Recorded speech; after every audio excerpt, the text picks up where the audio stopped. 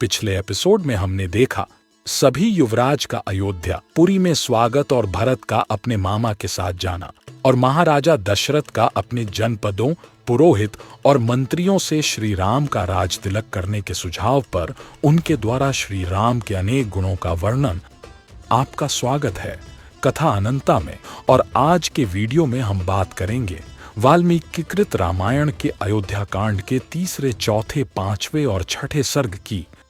सभासदों ने कमल पुष्प की सी आकृति वाली अपनी अंजलियों को सिर से लगाकर सब प्रकार से महाराज के प्रस्ताव का समर्थन किया। उनकी वह पद्मांजलि स्वीकार करके राजा दशरथ उन सबसे प्रिय और हितकारी वचन बोले। अहो, आप लोग जो मेरे परम प्रिय ज्येष्ठ पुत्र श्री राम को युवराज के पद पर प्रतिष्ठित देखना चाहते हैं, इससे मुझे बड़ी प्रसन्नता हुई है तथा मेरा प्रभाव अनुपम हो गया है। इस प्रकार की बातों से पुरवासी तथा अन्यान्य सभासदों का सत्कार करके राजा ने उनके सुनते हुए ही वामदेव और वशिष्ठ आदि ब्राह्मणों से इस प्रकार कहा, यह चैत्र मास बड़ा सुंदर और पवित्र है, इसमें सारे वन उपवन खिल उठे हैं, अतः इस समय श्री राम का युवराज पद पर अभिषेक करने के लिए आप लोग सब सामग्री एकत्र कराइए। राजा की यह बात समाप्त होने पर सब लोग हर्ष के कारण महान कोलाहल करने लगे। धीरे धीरे उस जनरव के शांत होने पर प्रजापालक नरेश दशरथ ने मुनि प्रवर वशिष्ठ से यह बात कही, भगवान श्री राम के अभिषेक के लिए जो कर्म आवश्यक हो उसे सांगोपांग बताइए और आज ही उस सब की तैयारी करने के लिए आज्ञा दीजिए। महाराज का यह वचन सुनकर मुनिवर वशिष्ठ ने राजा के सामने ही हाथ जोड़कर खड़े हुए आज्ञा पालन के लिए तैयार रहने वाले सेवकों से कहा, तुम लोग सुवर्ण आदि रत्न, देव पूजन की सामग्री, सब प्रकार की औषधियां, श्वेत पुष्पों की मालाएं, खील, अलग अलग पात्रों में शहद और घी, नए वस्त्र, रथ, सब प्रकार के अस्त्र, शस्त्र, चतुरंगिणी सेना, उत्तम लक्षणों से युक्त हाथी, चमड़ी गाय की पूंछ के बालों से बने हुए 2 व्यजन, ध्वज, श्वेत छत्र, अग्नि के समान दे दीप्यमान सोने के 100 कलश, सुवर्ण से मढ़े हुए सींगों वाला एक सांड, समूचा व्याघ्र चर्म तथा और जो कुछ भी वांछनीय वस्तुएं हैं उन सबको एकत्र करो और प्रातः काल महाराज की अग्निशाला में पहुंचा दो। अंतःपुर तथा समस्त नगर के सभी दरवाजों को चंदन और मालाओं से सजा दो तथा वहां ऐसे धूप सुलगा दो जो अपनी सुगंध से लोगों को आकर्षित कर लें। दही, दूध और घी आदि से संयुक्त अत्यंत उत्तम एवं गुणकारी अन्न तैयार कराओ जो 1 लाख ब्राह्मणों के भोजन के लिए पर्याप्त हो। कल प्रातः काल श्रेष्ठ ब्राह्मणों का सत्कार करके उन्हें वह अन्न प्रदान करो।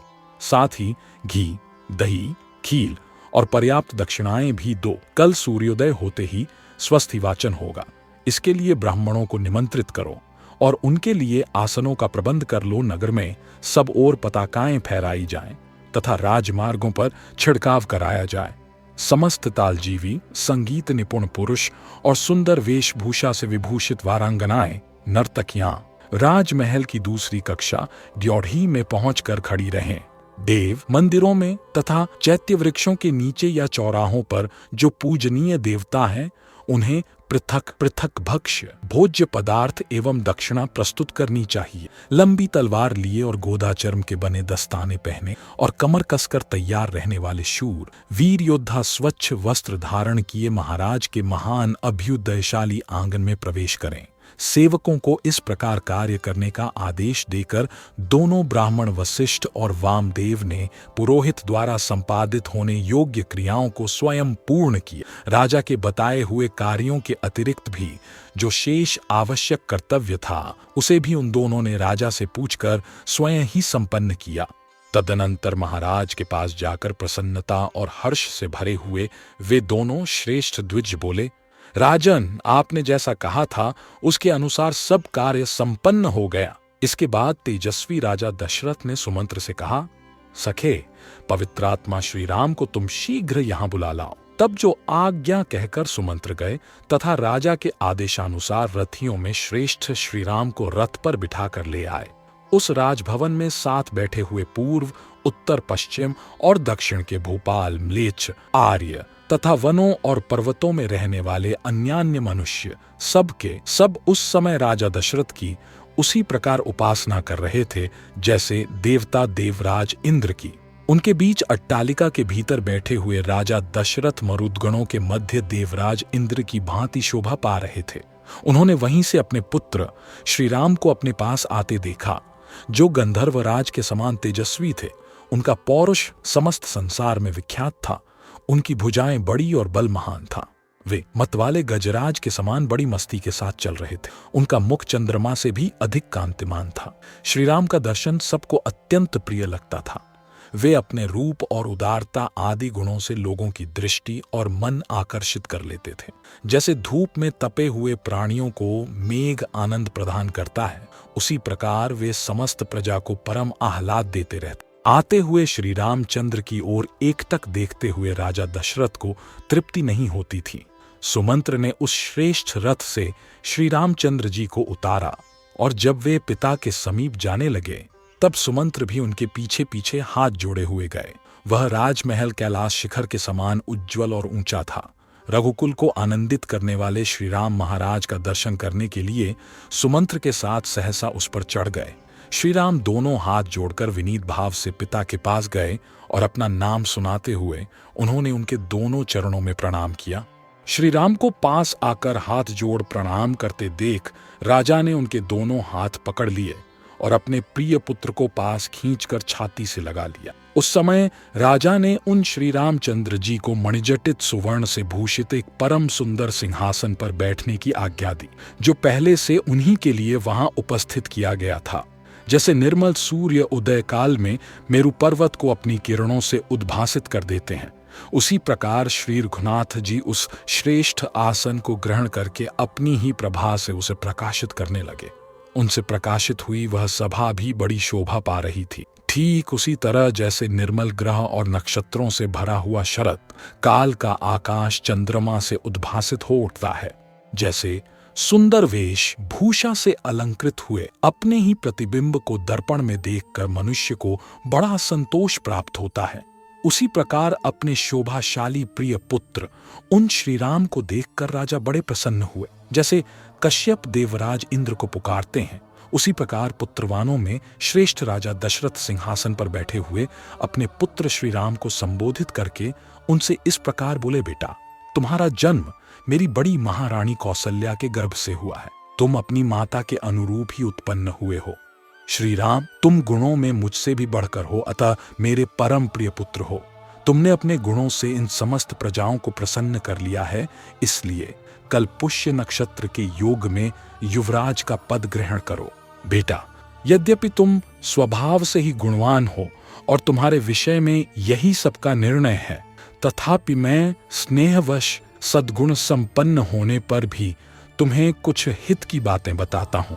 तुम और भी अधिक विनय का आश्रय लेकर सदा जितेंद्रिय बने रहो। काम और क्रोध से उत्पन्न होने वाले दुर्व्यसनों का सर्वथा त्याग कर दो। परोक्ष वृत्ति से अर्थात गुप्तचरों द्वारा यथार्थ बातों का पता लगाकर तथा प्रत्यक्ष वृत्ति से अर्थात दरबार में सामने आकर कहने वाली जनता के मुख से उसके वृत्तांतों को प्रत्यक्ष देख सुनकर ठीक ठीक न्याय विचार में तत्पर रहो। मंत्री, सेनापति आदि समस्त अधिकारियों तथा प्रजाजनों को सदा प्रसन्न रखना। जो राजा कोष्ठागार, भंडार गृह तथा शस्त्रागार आदि के द्वारा उपयोगी वस्तुओं का बहुत बड़ा संग्रह करके मंत्री, सेनापति और प्रजा आदि समस्त प्रकृतियों को प्रिय मानकर उन्हें अपने प्रति अनुरक्त एवं प्रसन्न रखते हुए पृथ्वी का पालन करता है, उसके मित्र उसी प्रकार आनंदित होते हैं जैसे अमृत को पाकर देवता प्रसन्न हुए थे। इसलिए बेटा, तुम अपने चित्त को वश में रखकर इस प्रकार के उत्तम आचरणों का पालन करते रहो। राजा की ये बातें सुनकर श्री रामचंद्र जी का प्रिय करने वाले सुहृदों ने तुरंत माता कौसल्या के पास जाकर उन्हें यह शुभ समाचार निवेदन किया।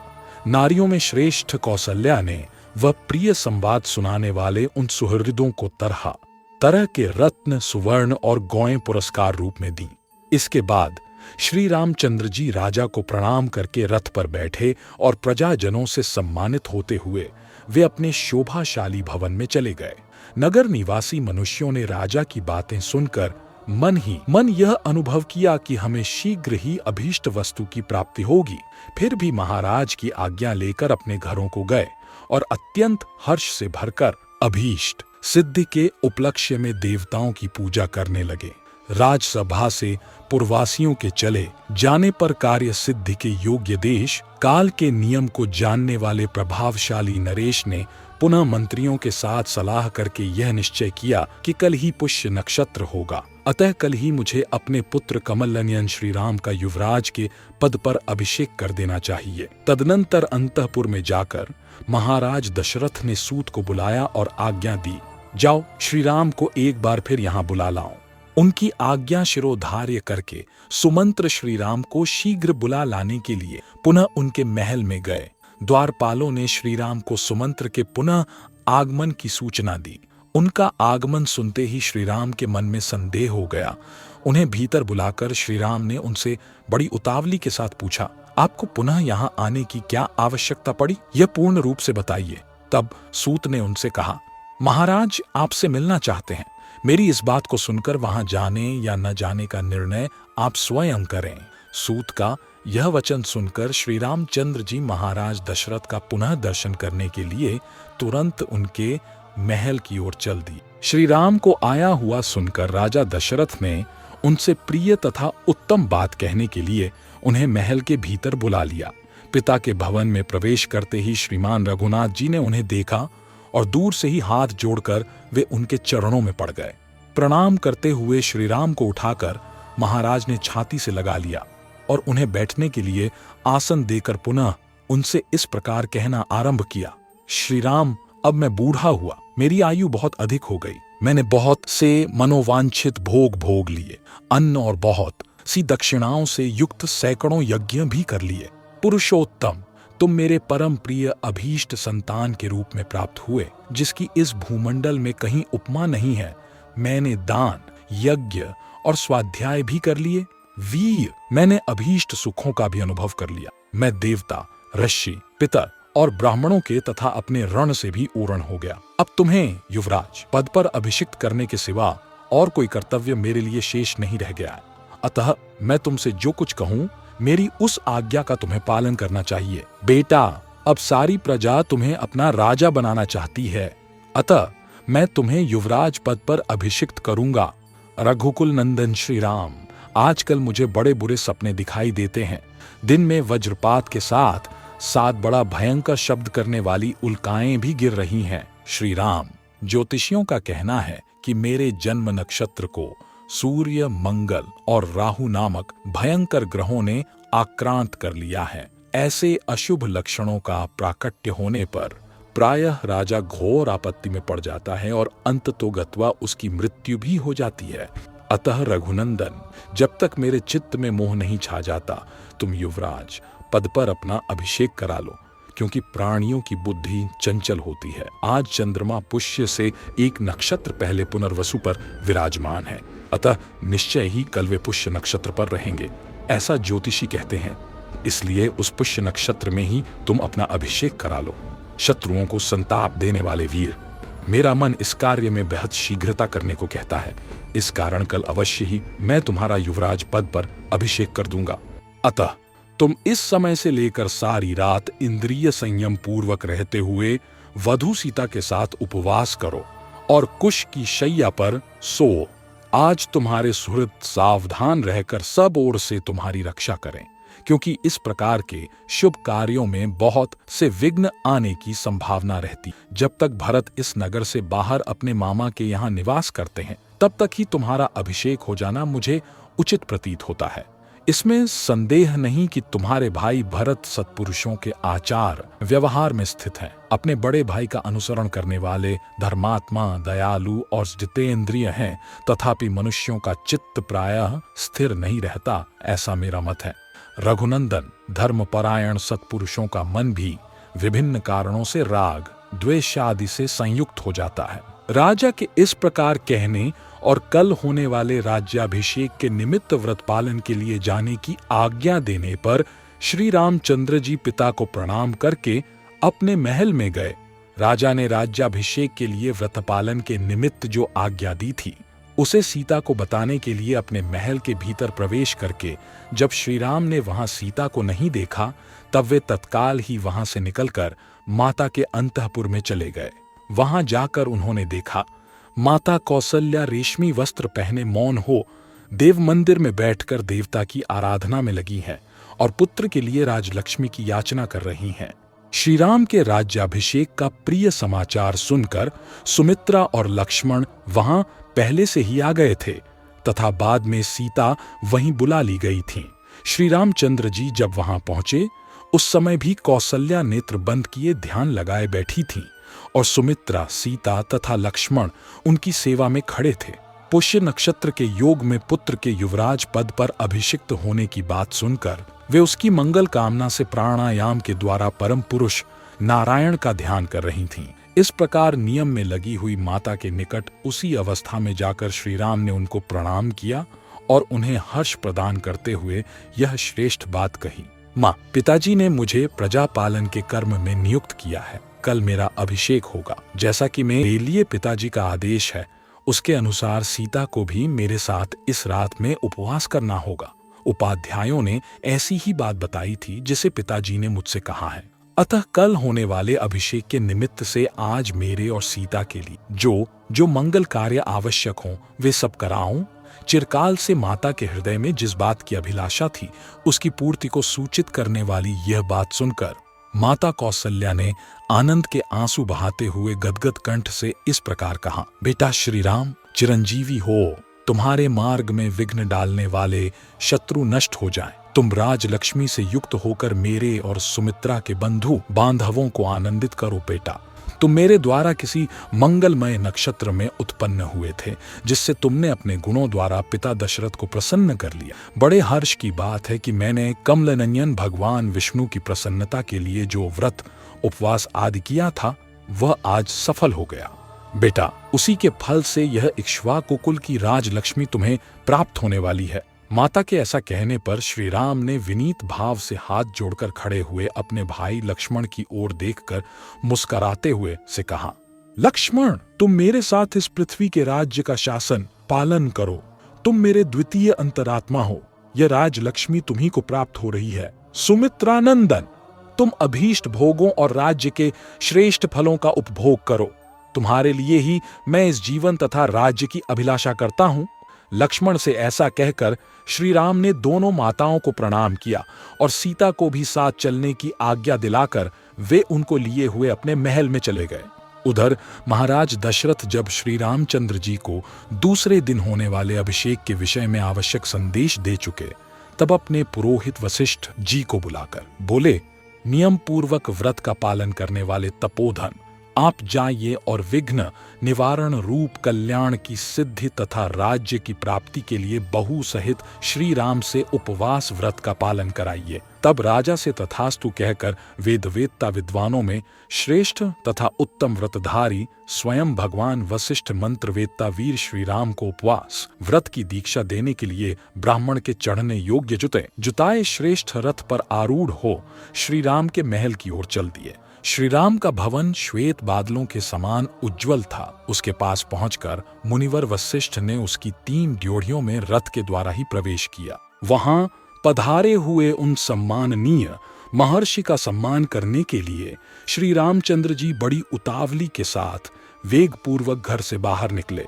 उन मनीषी महर्षि के रथ के समीप शीघ्रता पूर्वक जाकर श्री राम ने स्वयं उनका हाथ पकड़कर उन्हें रथ से नीचे उतारा। श्री राम प्रिय वचन सुनने के योग्य थे। उन्हें इतना विनीत देखकर पुरोहित जी ने वत्स कहकर पुकारा और उन्हें प्रसन्न करके उनका हर्ष बढ़ाते हुए इस प्रकार कहा, श्री राम, तुम्हारे पिता तुम पर बहुत प्रसन्न है क्योंकि तुम्हें उनसे राज्य प्राप्त होगा। अतः आज की रात में तुम वधू सीता के साथ उपवास करो। रघुनंदन, जैसे नहुष ने याति का अभिषेक किया था उसी प्रकार तुम्हारे पिता महाराज दशरथ कल प्रातः काल बड़े प्रेम से तुम्हारा युवराज पद पर अभिषेक करेंगे।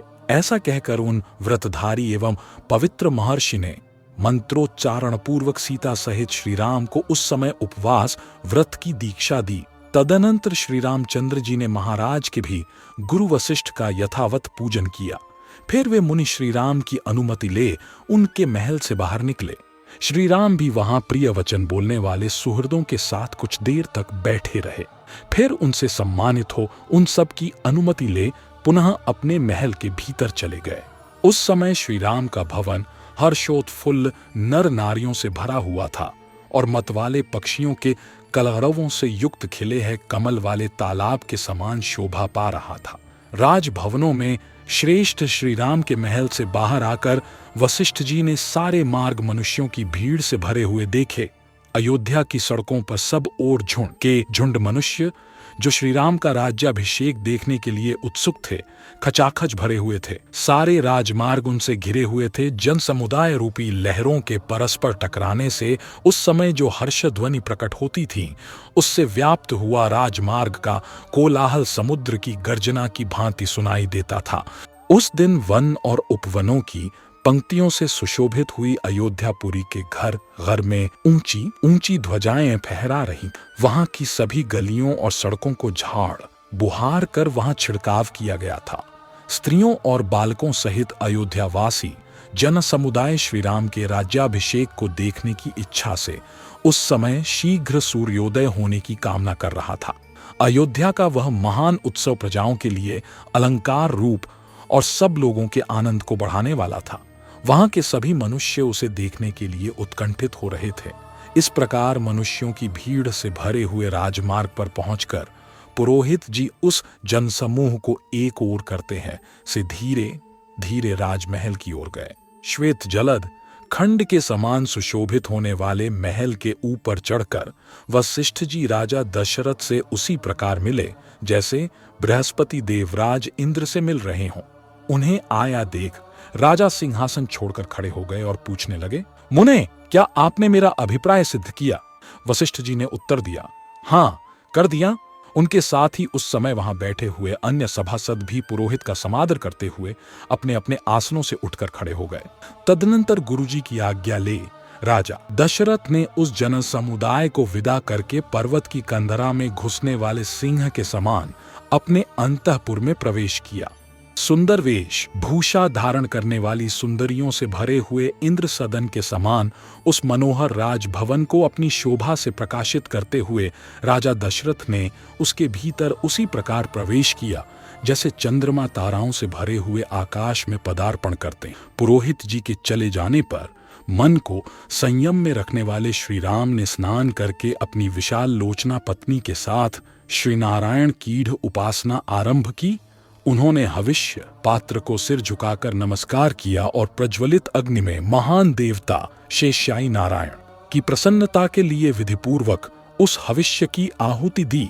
तत्पश्चात अपने प्रिय मनोरथ की सिद्धि का संकल्प लेकर उन्होंने उस यज्ञ शेष हविष्य का भक्षण किया और मन को संयम में रखकर मौन हो वे राजकुमार श्री राम विदेह नंदिनी सीता के साथ भगवान विष्णु के सुंदर मंदिर में श्री नारायण देव का ध्यान करते हुए वहां अच्छी तरह बिछी हुई कुश की चटाई पर सोए। जब 3 पहर बीतकर एक ही पहर रात शेष रह गई तब वे शयन से उठ बैठे। उस समय उन्होंने सभा मंडप को सजाने के लिए सेवकों को आज्ञा दी।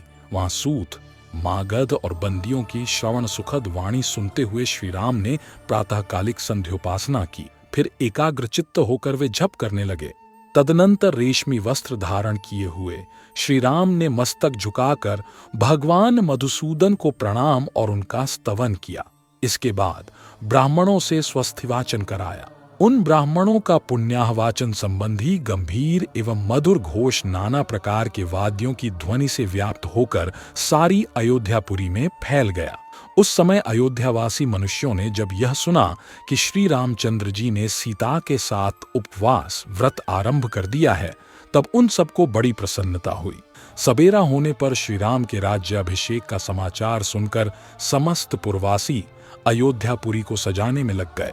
जिनके शिखरों पर श्वेत बादल विश्राम करते हैं, उन पर्वतों के समान गगनचुंबी देव मंदिरों, चौराहों, गलियों, देव वृक्षों, समस्त सभाओं, अट्टालिकाओं, नाना प्रकार की बेचने योग्य वस्तुओं से भरी हुई व्यापारियों की बड़ी बड़ी दुकानों तथा कुटुंबी गृहस्थों के सुंदर समृद्धिशाली भवनों में और दर से दिखाई देने वाले वृक्षों पर भी ऊंची ध्वजाएं लगाई गईं और उनमें पताकाएं फहराई गईं। उस समय वहां की जनता सब ओर नटों और नर्तकों के समूहों तथा गाने वाले गायकों की मन और कानों को सुख देने वाली वाणी सुनती थी।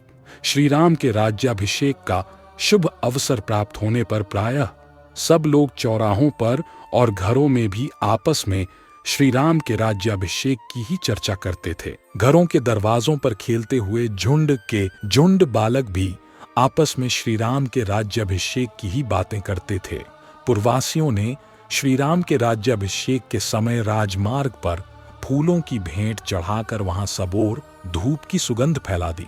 ऐसा करके उन्होंने राजमार्ग को बहुत सुंदर बना दिया। राज्याभिषेक होते रात हो जाने की आशंका से प्रकाश की व्यवस्था करने के लिए पुरवासियों ने सब ओर सड़कों के दोनों तरफ वृक्ष की भांति अनेक शाखाओं से युक्त दीपस्तंभ खड़े कर दिए। इस प्रकार नगर को सजाकर श्री राम के युवराज पद पर अभिषेक की अभिलाषा रखने वाले समस्त पुरवासी चौराहों और सभाओं में झुंड एकत्र हो वहां परस्पर बातें करते हुए महाराज दशरथ की प्रशंसा करने लगे।